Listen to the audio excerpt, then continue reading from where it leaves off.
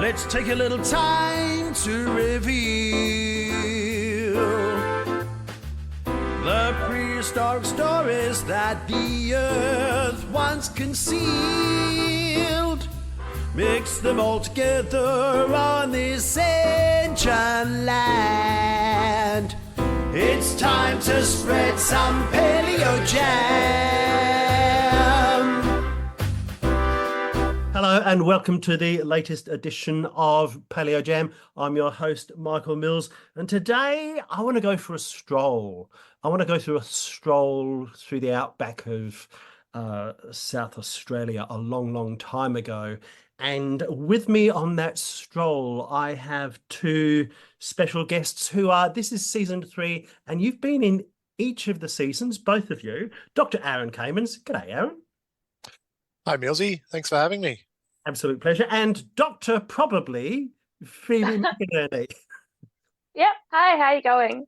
So we think you're a doctor, you're kind of, it's been conferred, you've done all the things, and we can, maybe this is the first official thing that we can call you a doctor, probably. Yeah, I just have to wait until December to graduate for some reason. So Yeah, it's okay. Cool. doctor probably until then.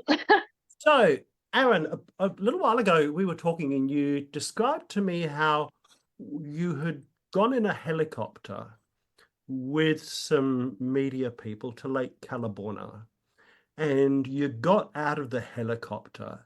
And what I want to know is, when you get out of that helicopter, what do you see? Not very much. Callabonna. Oh, okay. Next question then is...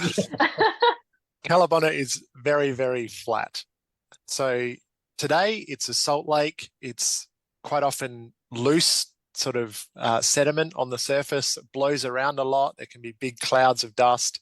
There's a few spindly little shrubs, but there's not much else around. But if you've got your eye in, what you do see are little white patches that kind of poke up maybe only a few centimeters above the level of the lake. And almost exclusively, those little white patches turn out to be the remains of extinct megafaunal animals. And how long ago are we talking about that they were there, that they were living?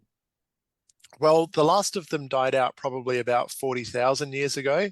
At Callabonna in particular, we think that most of these animals were getting stuck in the mud somewhere around about 50 or 55,000 years ago. Okay, so Phoebe, your thoughts on the lake?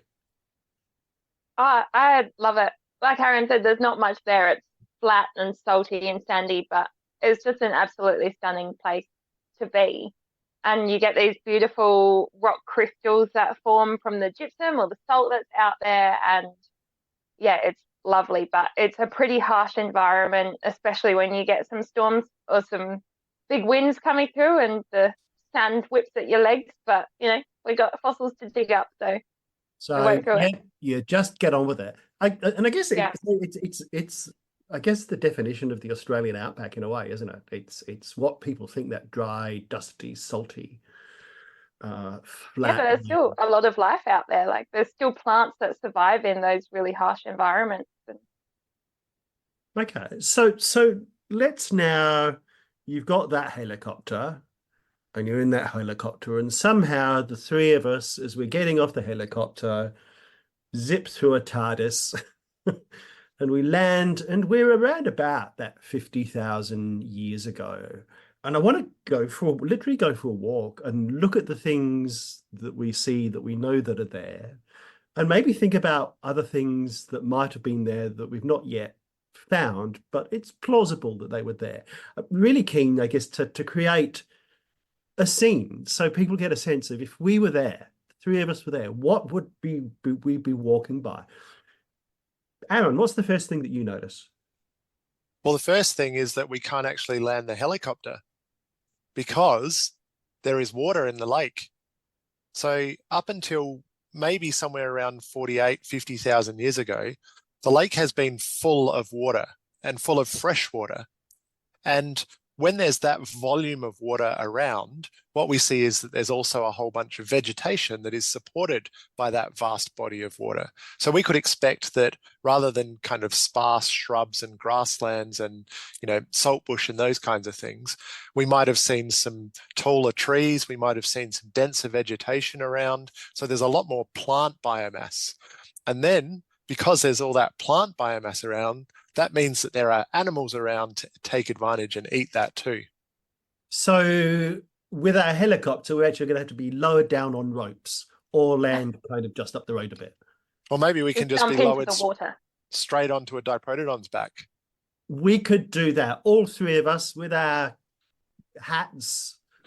I don't know why we're wearing hats, but of course it's the outback, so you probably still needed to wear hats back then. Okay, Phoebe, what do you notice to begin with? Well, definitely all the things that Aaron spoke about. And then we can get into the details. There's probably lots of fruiting trees out there that we don't get anymore. Things like hondongs potentially, or other native fruits. And water vegetation, I think it would have been a really fairly healthy environment before it started to dry out. So there would have been a lot of diversity going on in the area that a broad variety of animals were probably taking advantage of. And of course, the really cool thing is that you're not the only people on the continent at that time, are you? No. You are interlopers on a land where people would have already been there for thousands of years and lived alongside some of these animals. So, Aaron, if you could pick a first animal out of all of the things that we see from Lake Callabonna that you could see in real life, the actual animal doing its thing, what would you want to walk up to and see, or hide in the bushes and see? We're not supposed to talk about our favorite children, Michael. I know. I know.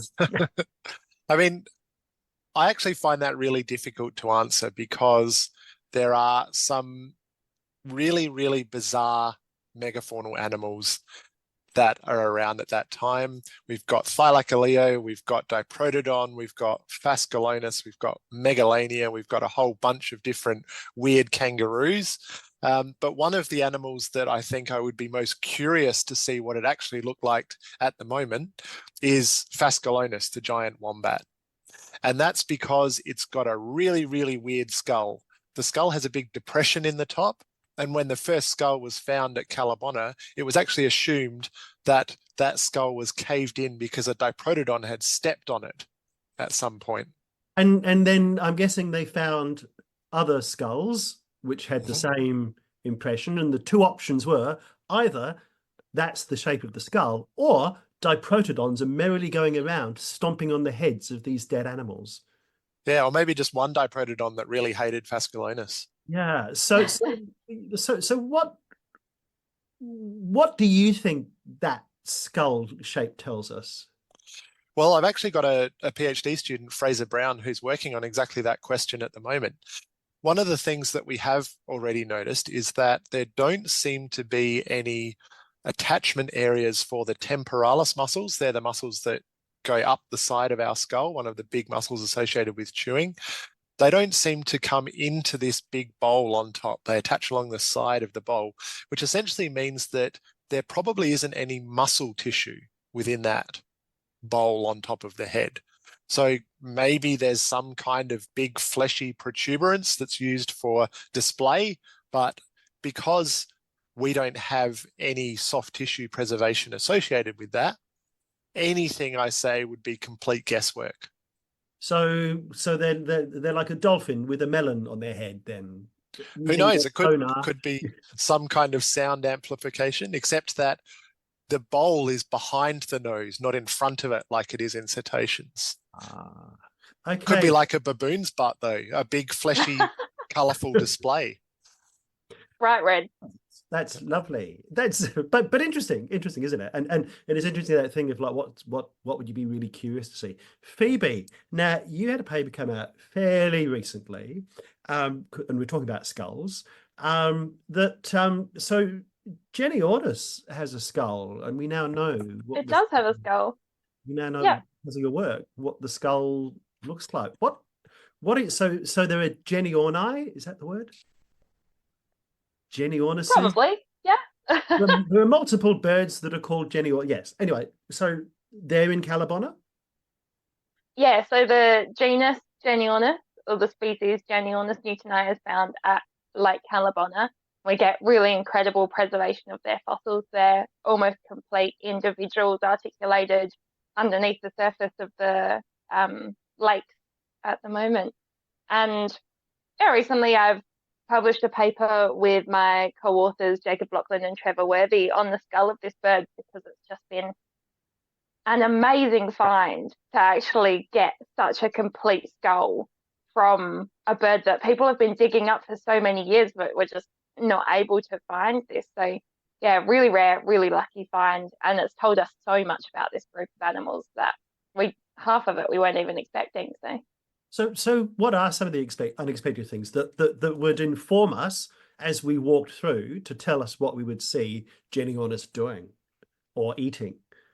Well, we still have some interesting questions around this, because everybody proposed for quite a long time that Genyornis was really arid adapted. But I mean, as Aaron was saying before, that's not what Callabonna was while these birds were around. It wasn't an arid zone. And in the skull, we're finding support for these birds having some adaptations to be living around water and having their heads submerged in water, at least for some form of feeding or other action. And this suggests that they're actually not particularly arid adapted. But then we have these really weird legs that are massive and robust. They have super short toes, really quite stumpy, almost as elephant as you can get for a bird. And, that would suggest that maybe they're walking long distances across fairly arid regions. So we have these kind of contradictions, but also these things that then make us question how that's interacting in this bird, how we're getting these two, fairly contradictory, indications and how they work together. So trying to figure out what this bird is actually doing with those legs while it's got this head, I don't know. It's a confusing question. And I guess that's why you keep on paleoing, isn't it? To find out these things. To go like with the flat head, what is it about this thing, like the skull of Genyornis, and because there's a specimen of Genyornis at the South Australian Museum, and I remember time and time again people saying, yeah, but that's not its head. We don't know what its head looks like. Why have we not found before this? Well, that actually was a skull of Genyornis, but the problem was that it wasn't particularly well preserved from the start. There wasn't a lot of bone left when they first collected it. It then had to travel on camelback. It then got sent to America and came back to Australia. And then throughout this time, there was a lot of different people working on it and preparing it. And unfortunately, it just didn't really survive a lot of that. So what we got out of that skull were just little bits and pieces of information, but yeah, it wasn't quite enough to really see what was happening with this bird and what it looked like. Okay, so Aaron, we continue our walk. What's the next thing we see? Well, let's pretend that we're walking through time a little bit as well, and because something crucial happens at about 50,000 years ago throughout Lake Eyre and Lake Frome basins, and that is that some kind of hydrological threshold is crossed, and the lakes change from being full of fresh water most of the time to being ephemeral. So they're not full all of the time, and eventually they're going to shift through into that salty, dry lake that we see most of the time today. So around about 50,000 years ago, the lakes are getting shallow, and we're moving from sort of probably denser vegetation into sparser vegetation. And the animals are coming in across the bed of the lake in order to be able to access the water as it's drying up. But there's a trap. So one of the things about the blue clays that are at the bottom of Lake Callabonna is that you can walk over them for a little bit, but if you walk on them too much, then all of a sudden they liquefy and you sink in. And I actually had this happen to me while we were out there as well. It's not something that only happened 50,000 years ago. And in fact, we see camels still getting stuck in the mud out there today. But 50,000 years ago, mainly diprotodons, but a whole range of different heavy marsupials and reptiles and birds were walking across the lake and got stuck in the mud. And in some cases, we see a beautiful example of how quickly that could happen. We've had a kangaroo that its legs went in first, it's gone tipped over forwards, its hands have gone into the mud, and the skeleton is preserved exactly where that kangaroo got stuck. Didn't even get a chance to pull its hands out.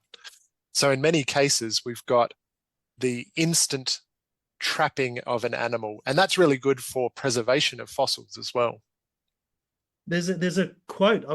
Trove is a wonderful thing, and I came across an article in the South Australian Chronicle, November 1894, and I'll just read a bit of it, where it says, what was it like on that day? Because it talks about a particular day, and I want both of your views on, because it's interesting to see how much was an accumulation, or was there a particular day where things were particularly bad. But this quote says this: how the bones got there is a question which is answered thus. The probability is that the animals met their death by being entombed in the effort to reach food or water, just as even now happens in dry seasons to hundreds of cattle which, exhausted by want of food, are unable to extricate themselves from the boggy places that they have entered in pursuit of either of water or the little green herbage due to its presence. And I guess it is in a sense, isn't it? They see that there's some water that they need to get to, but it's quite fatal for them. Yeah, absolutely. And we should sort of premise this whole idea as well in terms of our interpretation, in that we haven't yet found any skeletons that have a nice date on them saying this diprotodon died on the 12th of June for 49,365 years and 72 days ago. When we use different dating techniques, they have an error margin. So we get an approximate date. If we can kind of limit the number of things that we have to guess about the environment surrounding that bone and or that fossil or the sediment, then we can have a smaller error margin. But if we're looking at, say, 50,000 years ago, we might have a 1 or 2,000 or 3 or 4,000 year error margin. And so we can't actually determine if it was one herd getting bogged or if it was individuals, that it could have, been one every 10 years or so, but over the course of several thousand years amounts to thousands of individuals. Yeah, so we know, for example, with Naracoorte Caves, all you need is one animal to fall down the cave a year, and they do that 10,000 years, and that's 10,000 animals. Yeah, absolutely. Yeah. And so it does make it really tricky to determine the exact cause and whether it's one event. But what we have seen through quite an extensive dating program there is that they seem to be clustering around one time period, and that time period may be several thousand years, but we don't see, for example, animals accumulating over tens of thousands of years. Yeah. Okay, Phoebe, we're in the lake now, and things are going terribly badly for Genyornis and other creatures. What are you seeing? What are you looking out for? What are you noticing in that space, particularly with Genyornis? How are they responding, reacting, or are they all dead by then? Well, I mean, it's really hard to tell. We do kind of see these groups of Genyornis moving through, so we don't typically find a single individual by itself, which indicates to us that we probably have small groups of these birds coming into Lake Callabonna and trying to move through, but becoming stuck in the mud and not being able to survive that. So you probably see these little clusters of birds, a few stuck in the mud, a few just hanging around while, I don't know, if they're waiting for their friend to get out. But I don't think we'd actually have that many drominithids. Like Aaron said, we don't seem to have a lot of evidence that there were these big clusters coming through quite rapidly in a short time frame. So probably just small. Every now and again, you'd get every couple of years, maybe you'd get 3 or so moving through and getting stuck. Cool. Okay. So, Aaron, you mentioned early on about when I asked you for your favorite child, and you mentioned, you know, there's Thylacoleo there, there's diprotodons, there's Megalania. Megalania. Yeah. Yeah. So are there any other quirky, interesting, because they're the big they're the big poster children, aren't they?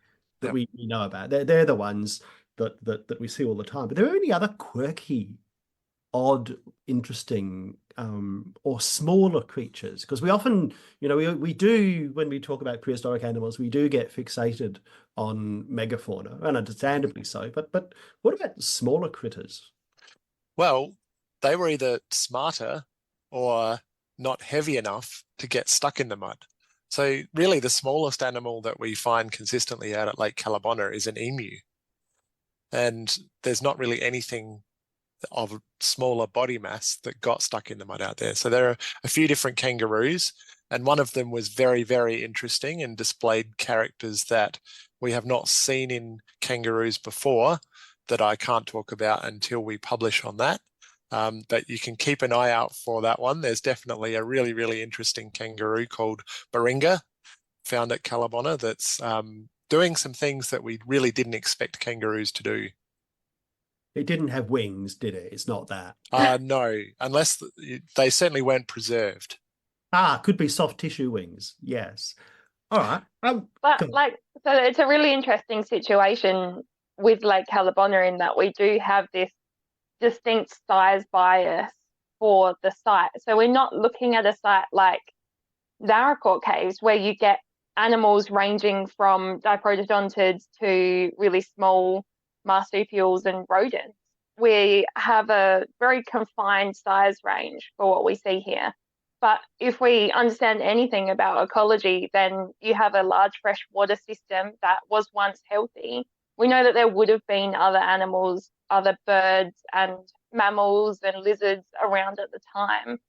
So hopefully, eventually, we might start to, I don't know, Diprotodon might have accidentally stood on a small lizard and we might be able to find that at some point, but who knows? Otherwise, we just have to make inferences from other fossil localities about what we think would have been there in partnership with these larger animals.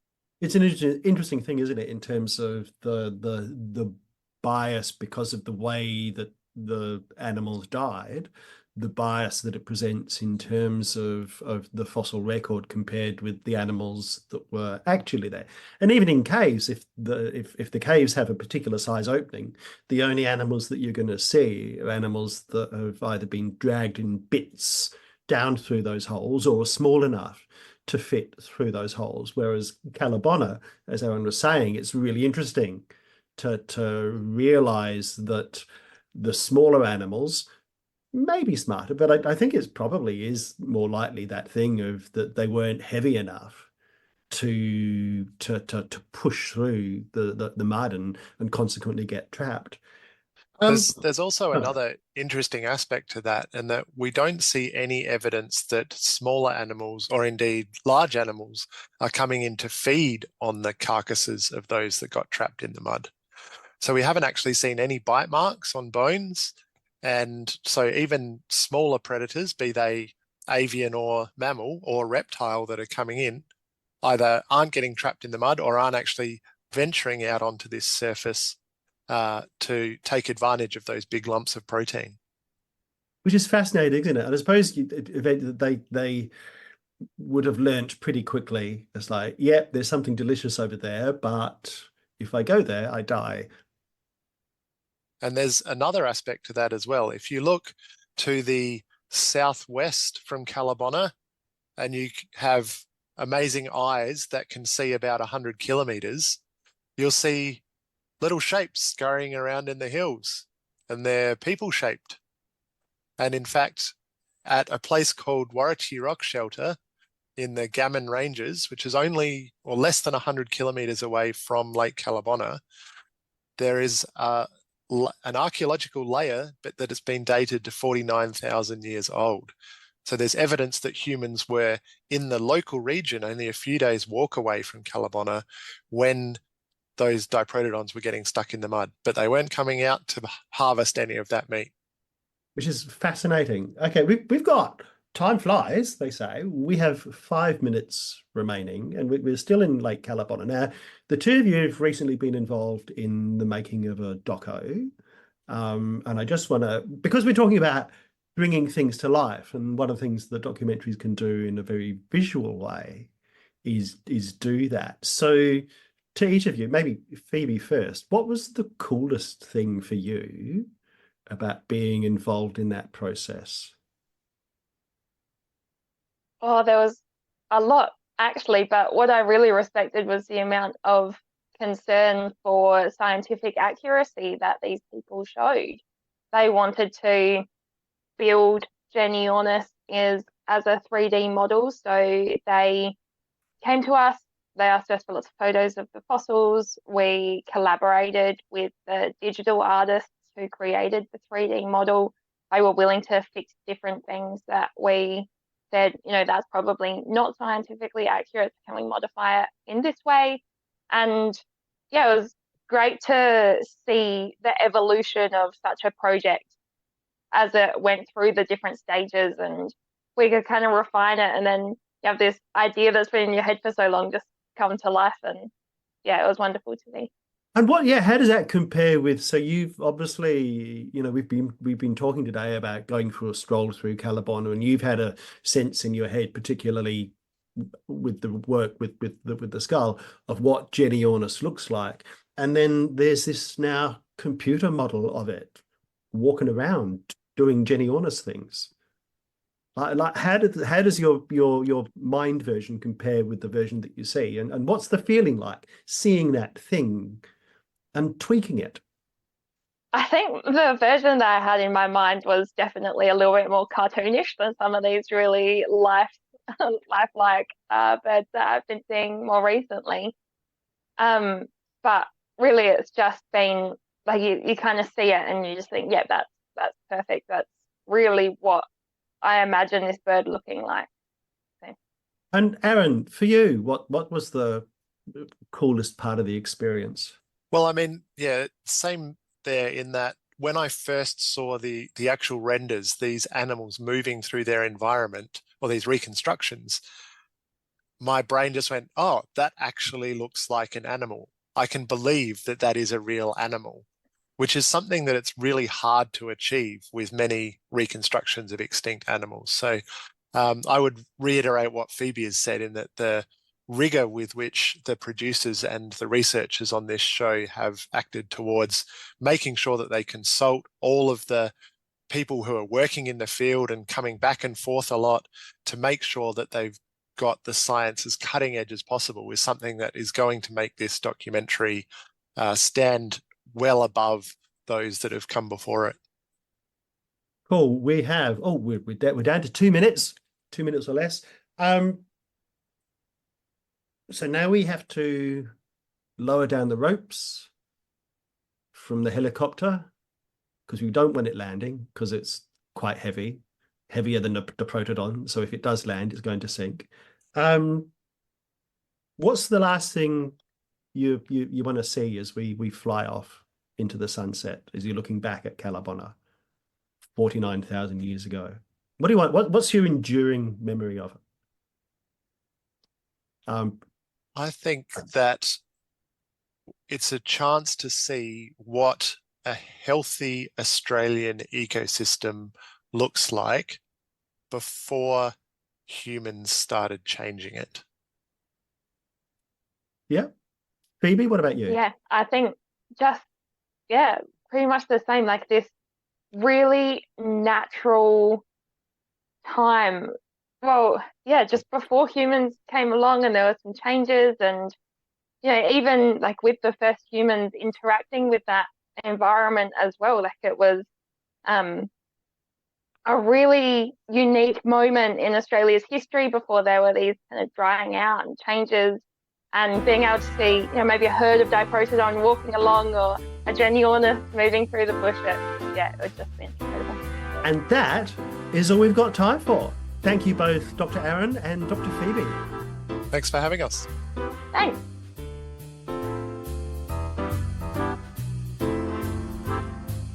It's time to spread some Palaeo Jam.